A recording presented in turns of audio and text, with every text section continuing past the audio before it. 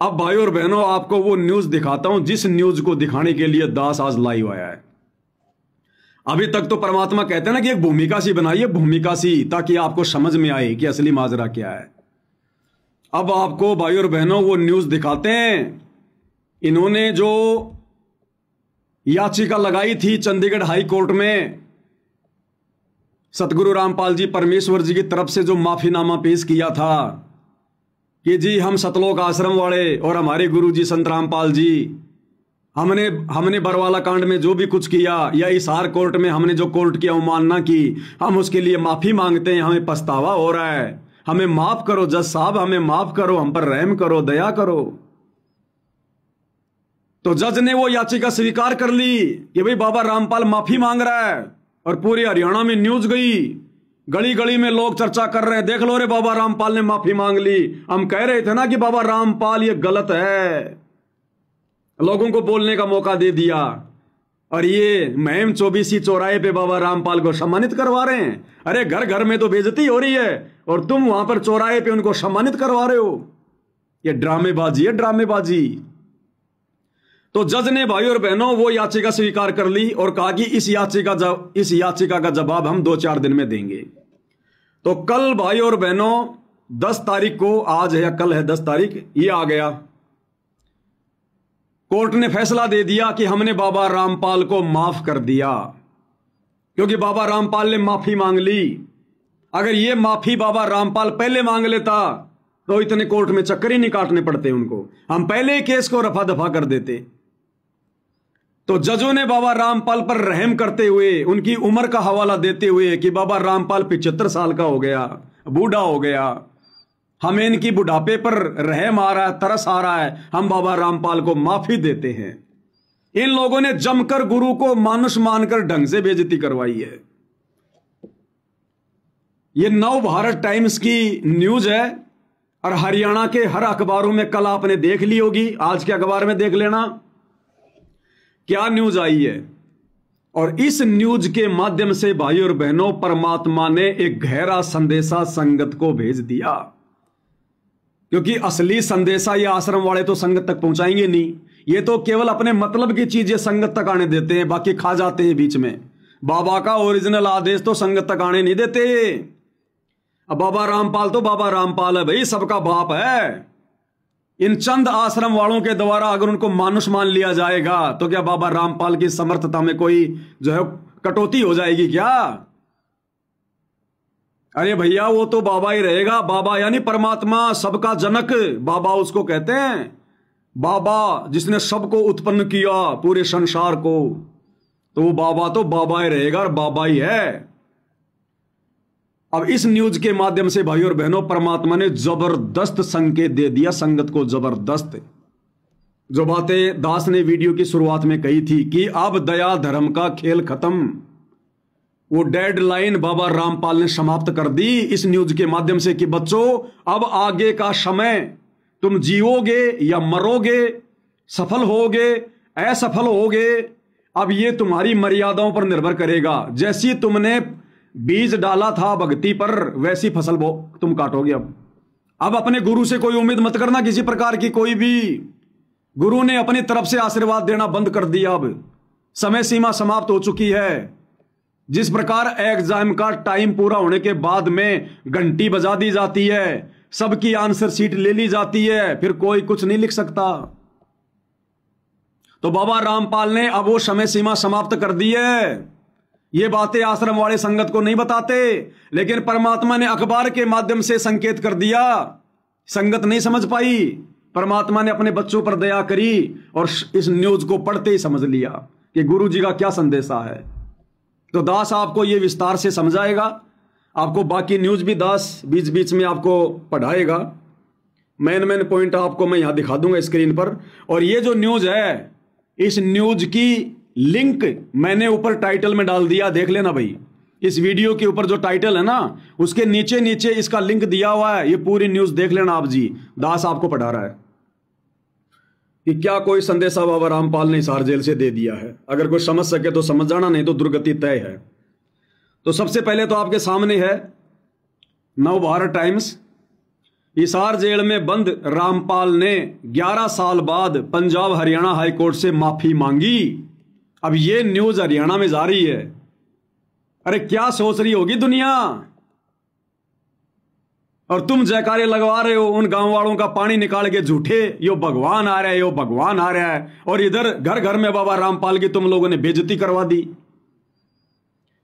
Hisar jail में बंद रामपाल ने 11 साल बाद पंजाब हरियाणा हाईकोर्ट से माफी मांगी। जानिए क्या था वह मामला। पंजाब हरियाणा हाईकोर्ट ने स्वयंभू धर्मगुरु संत रामपाल के खिलाफ अदालत की अवमानना का मामला बंद कर दिया। यानी हिसार की कोर्ट में एक न्यायालय की अवमानना का मुकदमा चल रहा था। जब गुरुजी हिसार की कोर्ट में गए थे 2014 में, तो इन आश्रम वालों ने वकीलों के साथ में झगड़ा कर दिया था। वकीलों ने मीटिंग करके और कोर्ट में अर्जी लगा दी, वो मुकदमा गुरुजी के ऊपर ठोक दिया गया। क्योंकि ये राष्ट्रीय समाज सेवा समिति के जो कमांडो थे, इन्होंने गुरुजी की सिक्योरिटी की जिम्मेदारी ले रखी थी। ये ठेकेदार बने हुए थे गुरुजी के बॉडीगार्ड। इन्होंने वकीलों के साथ में झगड़ा कर लिया और वहां मुकदमा लग गया। वो मुकदमा लग गया गुरुजी के ऊपर। तो कह रहे हैं कि 2014 में हुई हिंसा की घटनाओं के लिए अदालत से माफी मांगी है। नवंबर 2014 में रामपाल के सतलोक आश्रम में उनके अनुयायियों और हरियाणा पुलिस के जवानों के बीच हिंसक झड़पें हुई थी। आगे की न्यूज क्या दिखा रहा हूं आपको। पंजाब हरियाणा हाईकोर्ट ने स्वयंभू संत रामपाल के खिलाफ अवमानना की कार्रवाई बंद कर दी है। यह सब उनके माफी और न्यायालय कानून की गरिमा और न्यायिक व्यवस्था के प्रति पूर्ण सम्मान की बात कहने के बाद हुआ। यानी बाबा रामपाल ने कोर्ट में याचिका पेश करके माफी मांगी है कि जी मैं आगे से ऐसी गलती कभी जिंदगी में नहीं करूंगा, मेरे को माफ करो। हाई कोर्ट ने उनकी माफी स्वीकार की और उन्हें राहत दे दी। अगर रामपाल ने 11 साल पहले यह माफी मांगी होती तो शायद 2014 में उनकी गिरफ्तारी के दौरान उनके डेरा अनुयायियों की मौत नहीं होती। उन्हें हत्या के मुकदमे से बचाया जा सकता था और इस विवादास्पद व्यक्ति को वर्षों तक जेल में रहने से बचाया जा सकता था। हिसार जेल में आजीवन कारावास की सजा काट रहे रामपाल ने उन घटनाओं के लिए गहरा खेद व्यक्त किया जिनके कारण पहली बार अवमानना याचिका दायर की गई थी। हाई कोर्ट के सामने अपने हलफनामे में कहा कि उन्हें न्यायालय कानून की गरिमा और समग्र न्यायिक व्यवस्था के प्रति पूर्ण सम्मान है। रामपाल ने क्या कहा? रामपाल ने जोर देकर कहा कि न्यायपालिका के प्रति उनका कभी भी असम्मानजनक व्यवहार करने का इरादा नहीं था और वे अपने कार्यों और उनके परिणामों की पूरी जिम्मेदारी स्वीकार करते हैं। गुरुजी ने तो कोई गलती नहीं करी ना, फिर भी जबरदस्ती माफी कौन मांग रहे हैं? गुरुजी। जबरदस्ती गलती स्वीकार कौन कर रहे हैं? गुरुजी। क्यों? जो मैं पूत कपूत हूं बहुर पिता को लाज। अरे बेटा चाहे कितना भी निकम्मा क्यों ना जाए, अंत में बाप को ही नीची गर्दन करनी पड़ती है, माफी मांगनी पड़ती है। इन आश्रम वालों के कुकर्मों की, अपने परिवार के कुकर्मों की, इन कोऑर्डिनेटरों के कुकर्मों की जो बरवाड़ा कांड में उन्होंने किए, आज गुरुजी सरेआम दुनिया के सामने, कोर्ट के सामने माफी मांग रहे हैं। दुनिया के सामने हलफनामे में कहा गया है कि मैं दुर्भाग्यपूर्ण परिस्थितियों के लिए सचमुच पश्चाताप करता हूं। गुरुजी कहते हैं बरवाला कांड जैसी दुर्भाग्यपूर्ण घटनाओं के लिए मैं पश्चाताप कर रहा हूं। आज मैं बिना शर्त माफी मांगता हूं और इस प्रतिष्ठित संस्थान की दया और उदारता के आगे खुद को समर्पित करता हूं, यानी कोर्ट के आगे। अब आगे गुरुजी क्या कह रहे हैं? 11 सालों में आत्मचिंतन की कही बात, वो आपको दिखा देता हूं। बीच की न्यूज ये है जो मैं पढ़ रहा हूं, जिसका लिंक ऊपर दिया हुआ है, आप जी भी देख सकते हैं। आगे गुरुजी क्या कह रहे हैं?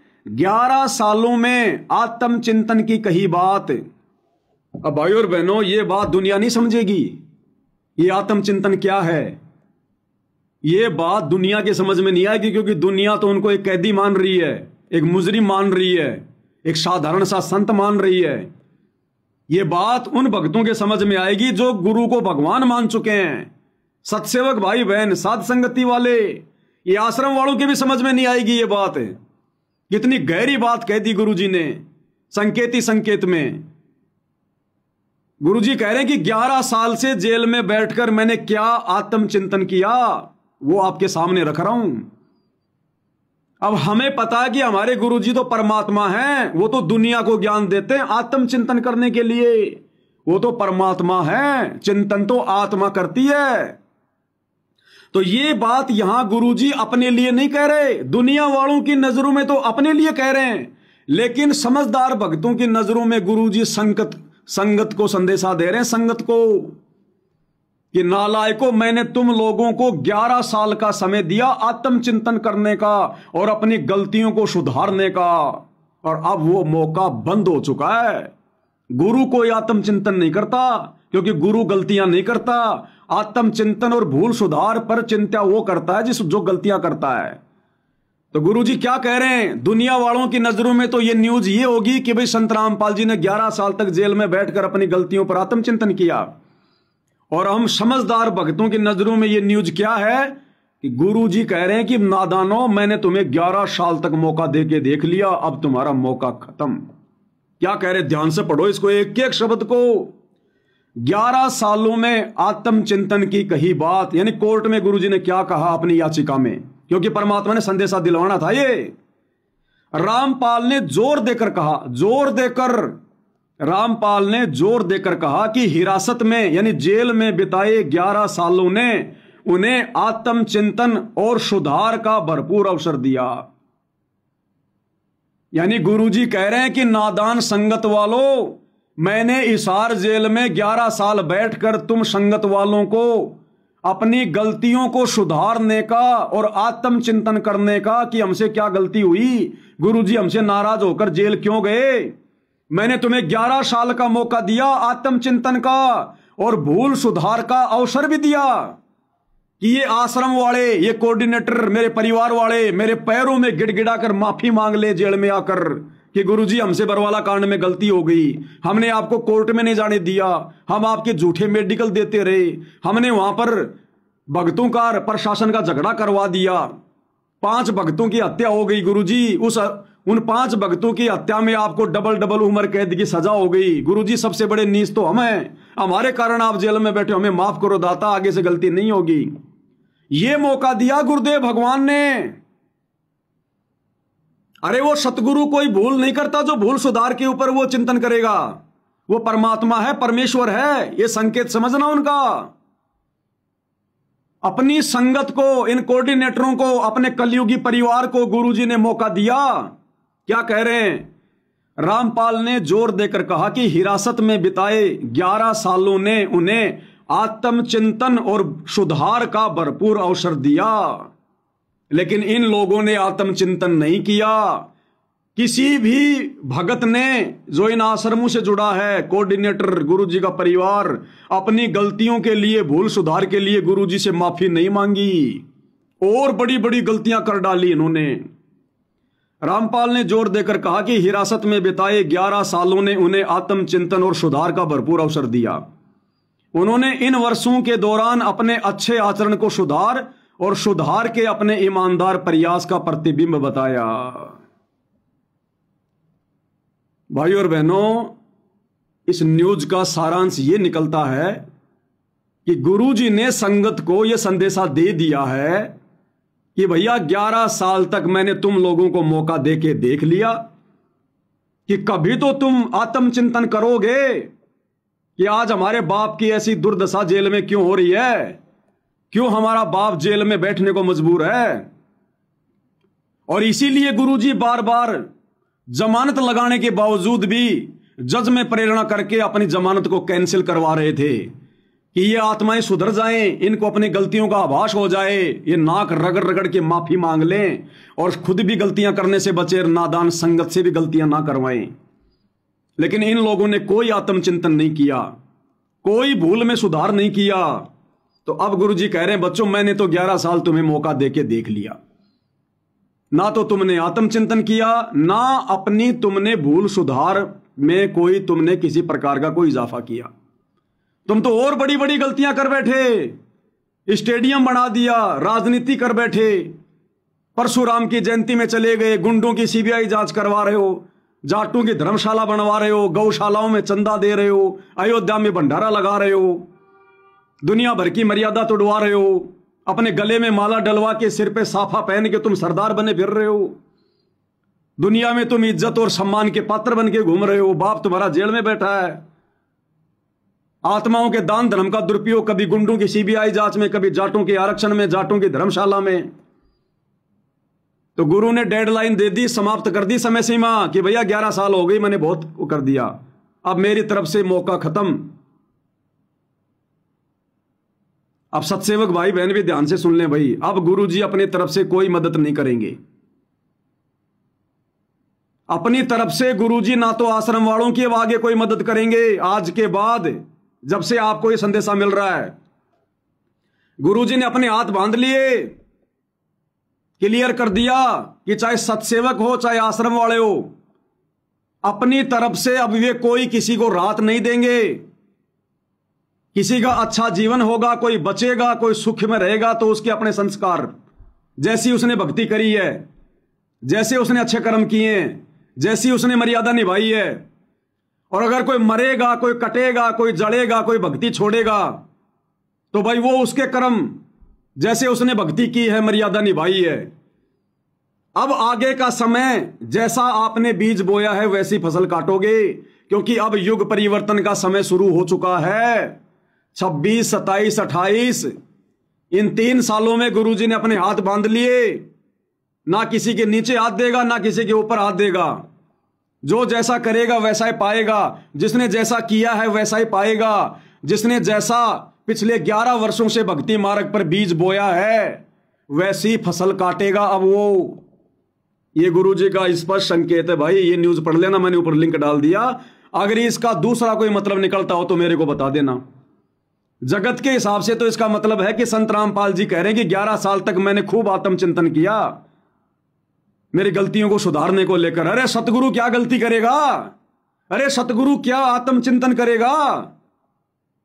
सतगुरु का ज्ञान लेकर तो दुनिया आत्मचिंतन करती है। सतगुरु गलती करेगा तो फिर हमें क्या सतलोक खाक लेकर जाएगा? तो सतगुरु ने अपने ऊपर यह बात कहकर और अब साथ संगति के माध्यम से संगत को स्पष्ट संदेशा दिलवा दिया कि नालायकों, यह संगत के लिए कह रहा हूं मैं। 11 साल हो गए तुम्हारे ड्रामे देखते हुए, और अब ये देखना भाई और बहनों आगे अब क्या खेल होगा। अब ड्रामेबाजी होंगी। पहले सतगुरु थोड़ा बहुत इनके साथ था, सतगुरु का आशीर्वाद था इन आश्रम वालों के साथ। अब सतगुरु ने यह संदेशा भिजवाकर वो आशीर्वाद भी हटा लिया। और जब सतगुरु का आशीर्वाद रहते रहते ये लोग इतनी बड़ी बड़ी गलतियां करते आ रहे हैं, तो अब क्या करेंगे ये? अब तो सारे काम मरने वाले करेंगे, मरने वाले संगत को मारने वाले। और अब हम सत्सेवक भाई बहनों भी बहुत सावधान। परमात्मा ने पूरी भक्ति विधि गुरु को प्रसन्न करने की, क्या मर्यादा है क्या नहीं है, कैसे हम दुखी होंगे, कैसे मर्यादा टूटेगी, कैसे सतगुरु नाराज होगा, सात संगति के माध्यम से परमात्मा ने पिछले 10 वर्षों से पूरे खुलासे करवा दिए। और मालिक ने भरपूर आशीर्वाद दिया हमें, तभी तो हम रजोगुण से बचे, हम तमोगुण से बचे, सतोगुण से बचे। गुरु को परमात्मा मानकर भोग लगा रहे हैं, आरती उतार रहे हैं, मर्यादाओं के लिए इतने चिंतित हैं। सतगुरु ने खूब आशीर्वाद दिया, लेकिन सतगुरु समदृष्टि है। जब अपने हाथ खींच लेता है तो वो सबसे हाथ खींच लेता है। अब आगे हमें सतगुरु ने रास्ता बता दिया है सात संगति के माध्यम से। इसी रास्ते पर दृढ़ होकर चलेंगे तो जान बचेगी, नहीं तो आरती उतारने वाले, भोग लगाने वाले भी अगर गलतियां करेंगे तो मरेंगे आने वाले समय में। यह संदेशा तुम्हारे सामने है। कोई दूसरा अर्थ निकलता हो तो मुझे बता देना भाई। उसकी जूती और मेरा सिर, अगर इस संदेशे का दूसरा कोई मतलब निकलता हो तो। हाँ, गुरु को मानुष मानने वाली आत्मा जरूर कहेगी ये तो गुरु जी अपनी गलतियों के लिए कह रहे हैं, क्योंकि वो तो गुरु को मानुष मानते हैं। मानुष तो भाई दिन में 100 गलतियां करेगा। आगे फिर क्या कह रहे हैं गुरुदेव भगवान, इसके आगे की न्यूज तो ये आपने पढ़ लिया। 11 सालों में आत्मचिंतन की कही बात है। रामपाल ने जोर देकर कहा कि हिरासत में बिताए 11 सालों ने उन्हें आत्मचिंतन और सुधार का भरपूर अवसर दिया। अरे अंतर्यामी क्या आत्मचिंतन करेगा? अंतर्यामी क्या भूल सुधार करेगा, जिसको पहले सब कुछ मालूम होता है? उन्होंने इन वर्षों के दौरान अच्छे आचरण को सुधार और सुधार के अपने ईमानदार प्रयास का प्रतिबिंब किया। यानी भक्तों को मिट्टी से सोना बनाने का प्रयास किया सतगुरु ने, संदेशे भेज भेज के। केवल सत्सेवक भाई बहन ही मिट्टी से सोना बन पाए, बाकी नहीं बन पाए। आगे फिर क्या कह रहे हैं, आगे की न्यूज क्या है वो भी आपको दिखा रहा हूं, ध्यान से देखिएगा। मैं उसको पढ़ूंगा, ये आपकी स्क्रीन पर सामने है। ये रही, आगे क्या कह रहे हैं सतगुरु। 2014 की घटना पर कहा मेरे नियंत्रण से बाहर। 2014 की घटना कौन सी, बरवाला कांड। उसके विषय में गुरुजी ने क्या कहा कि वो घटना, वो बरवाला कांड, वो भगत मेरे नियंत्रण से बाहर थे, यानी मेरी कोई बात नहीं मान रहे थे, मेरे आदेशों पर नहीं चल रहे थे। तो गुरु ने साफ साफ कर दिया, आंख फाड़ के देख लो, आज की न्यूज है ये। 2014 की घटना पर कहा मेरे नियंत्रण से बाहर। रामपाल ने 2014 की घटनाओं की दुर्भाग्यपूर्ण और टालने योग्य प्रकृति को स्वीकार किया। रामपाल ने कहा कि हालांकि ये घटनाएं उनके नियंत्रण से बाहर थी, यानी भगत अपनी मनमानी कर रहे थे, आश्रम वाले, उनके परिवार वाले, कोऑर्डिनेटर। गुरुजी कह रहे हैं वो सारी घटना मेरे नियंत्रण से बाहर थी, सतगुरु के वचन है ये। फिर भी उन्होंने पूरी जिम्मेदारी स्वीकार की और अदालत से माफी मांगी। जो मैं पूत कपूत हूं बहुर पिता को लाज। फिर भी गुरुजी कह रहे हैं कि मैंने माफी मांगनी पड़ी अंत में, इन निकम्मों ने माफी नहीं मांगी मेरे से। कहते मैंने कोर्ट से माफी मांगनी पड़ गई अंत में, दुखी होकर 11 साल इंतजार करके कि ये माफी मांगेंगे माफी मांगेंगे, लेकिन इन निकम्मों ने माफी नहीं मांगी मेरे से। मैंने अंत में कोर्ट में माफी मांगनी पड़ी कि जी मैं जिम्मेदारी लेता हूं बरवाला कांड की। और आगे फिर लिखा हुआ कि मैं भविष्य में ऐसी कोई घटना को जन्म नहीं होने दूंगा, पूरी ईमानदारी के साथ में कहता हूं। ये बाकी न्यूज भाई और बहनों मैंने लिंक ऊपर सेंड कर दिया है, आप चेक कर लेना। समझदार आत्माएं समझ चुकी होंगी कि क्या संदेशा है आज का, क्योंकि दास कोई ऐसी वैसी बातों पर लाइव नहीं आता है। परमात्मा जो भी वीडियो बनवाते हैं एक विशेष संदेश युक्त होते हैं। अब इससे ज्यादा भाई और बहनों कुछ कह नहीं सकते। अब समय बहुत डेंजर है, बहुत भयंकर है। आज से पहले तो सतगुरु ने जैसे तैसे संभाल लिया, अब आश्रमों से जुड़े भाई बहनों की दुर्गतियां शुरू है, अब दुर्गतियां तेजी से। अगर कोई आश्रमों से जुड़ी आत्मा बचना चाहती है तो मौका है, साथ संगति से जुड़ जाओ इसी समय उन लोगों से नाता तोड़ के। पूरा का पूरा आश्रम बारूद के ढेर पर बैठा है। बारूद का ढेर यानी काल की गोद में बैठे हैं ये लोग सारे, कोऑर्डिनेटर, गुरुजी के परिवार वाले, जिनको तुम परम भगत मान रहे हो। अरे कम से कम थोड़ा बहुत ज्ञान को आधार बनाकर वर्तमान में इनके द्वारा किए गए इनको कर्मों को देखो। इनका कौन सा कर्म ज्ञान के अनुसार है, कौन सा कर्म ज्ञान के अनुसार है इनका। एक एक वचन इनका गुरुजी की मर्यादाओं से बाहर है। तो भाई और बहनों विचार कर लेना, अगर अपना जीवन बचाना चाहते हो तो मोक्ष तो गया बाढ़ में, मोक्ष की तो छोड़ दो तुम उम्मीद। लेकिन इस युग परिवर्तन के दौर में अगर सतयुग का मुंह देखना चाहते हो, खुद और अपने परिवार की सुरक्षा चाहते हो, तो अभी भी साथ संगति से जुड़ जाओ और रोजाना सतगुरु से नाक रगड़ रगड़ के माफी मांगो और सतगुरु को प्रसन्न करने के लिए ज्ञान को आधार बनाकर वो भक्ति क्रिया शुरू करो जो सत्सेवक कर रहे हैं। नहीं तो तुम्हारी नैया डूब चुकी है पूरी तरह से। और सत्सेवक भाई बहन और कहीं ज्यादा सावधान हो जाओ, पहले से कहीं ज्यादा सावधान। शोपन में भी गलती करने की नहीं सोचनी। शोपन में भी अब यदि गलती हो गई तो माफ करने वाले ने भाई अपना आशीर्वाद हटा लिया है कि भाई मैंने 11 साल तक खूब मौका दे लिया। अब यदि गलती करोगे तो मैं किसी की कोई मदद नहीं करने वाला। सतगुरु ने इस पर संदेशा दे दिया वही अपना। तो सत्सेवकों ने तो जी जान लगा देनी है मर्यादाओं के लिए, चाहे कुछ भी हो। और आश्रम वाले अगर बचना चाहते हैं आगामी विनाशकारी समय में तो भाई सात संगतियों का रुख कर लो। ये काल का ड्रामा है, ड्रामा है, ड्रामा है, ड्रामा। चाहे किसी भी आश्रम में चले जाओ, सब काल की जकड़ में हैं। तो भाई और बहनों बातें तो और भी बहुत सारी हैं, लेकिन वीडियो ज्यादा लंबा हो जाता है, इस वजह से दास केवल यही संदेशा दे पाएगा। और अब हमने अमल ज्यादा करना है। संदेशे सुनते तो बहुत साल हो गए हमारे को, वीडियो देखते देखते। अब अमल करने का समय है, भक्ति करने का, गुरु वचनों पर अमल करने का, दृढ़ता के साथ संघर्ष करने का, डटे रहने का। संत सूरमा शेर है गरजे और गाजे। संत यानी भगत, सूरमा यानी सैनिक, और सिंह यानी शेर। कहते हैं ये कभी पीछे कदम नहीं हटाते। संत सूरमा शेर हैं, गरजे और गाजे, और बाकी दुनिया तो भेड़ है, बिदके और बाजे।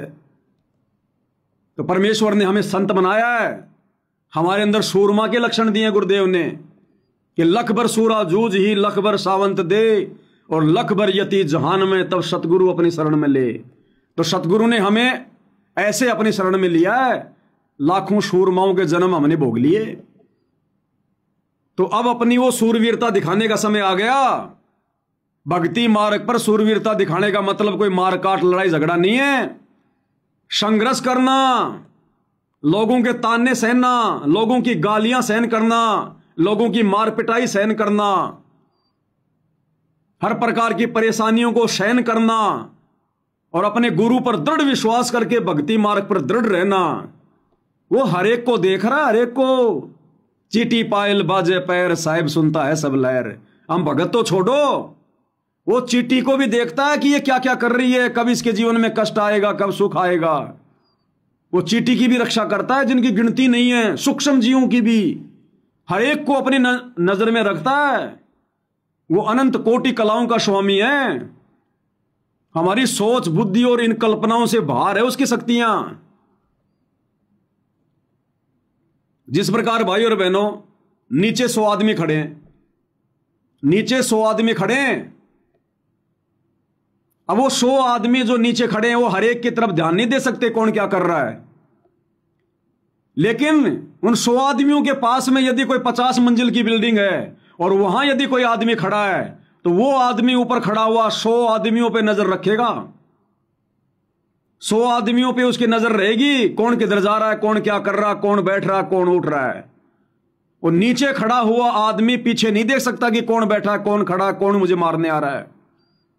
तो हमारी जो बुद्धि है वो उन 50 आदमियों की तरह है जो नीचे खड़े हैं, और सतगुरु अकेला ब्रह्मांड के सबसे ऊपरी छोर पर बैठकर सतलोक के सिंहासन पर पूरी सृष्टि को देख रहा है, सबको संचालित कर रहा है। तो कहते नामा और रैदास रसीला, कोई न जाने अवगत की लीला। तो आप और हम 2 कोटि के जीव क्या जानेंगे इसकी महिमा को, इसकी समर्थता को। लेकिन थोड़ा बहुत जितना है उतना इस तुच्छ जीविया से उनका बखान अवश्य करते हैं अपने आत्म कल्याण के लिए। तो भाइयों और बहनों, दृढ़ता के साथ भक्ति, मर्यादा प्रथम, मौका लगते सतगुरु की महिमा, सुमरण पर विशेष ध्यान, बुराइयां करने से किनारा कर लो। लड़ाई झगड़ा मान बढ़ाई अहंकार भगत की फितरत में नहीं होना चाहिए, और टारगेट केवल अपना मोक्ष।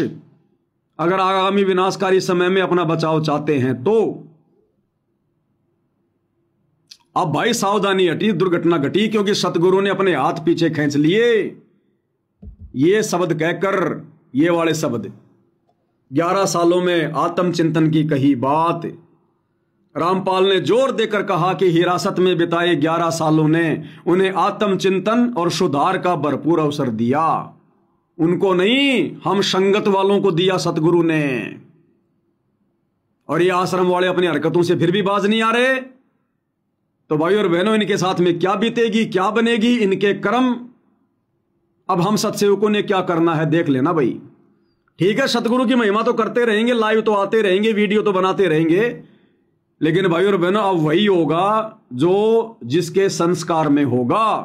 अब सतगुरु ने सबके गले में बंधे हुए रस्से छोड़ दिए, अपने सभी उन कुत्तों को परमात्मा ने छोड़ दिया कि जाओ भाई मेरी तरफ से तुम फ्री हो। अब जिसको मैंने जैसी खुराक खाई है वो उतनी पहलवानी करेगा। तो भाई देख लेना। अब अगर बचने का तरीका है तो मर्यादा और भक्ति, मर्यादा और भक्ति, सतगुरु की तरफ मत देखना। अब हाँ, सतगुरु से तो प्रार्थना करते रहो, विनती करते रहो। जो उनके विधि विधान में रहकर भक्ति करेगा उन पर तो सतगुरु नजर बना के रखेगा। बाकी भाई बकवादियों का कहीं ठोर ठिकाना नहीं है कहीं भी।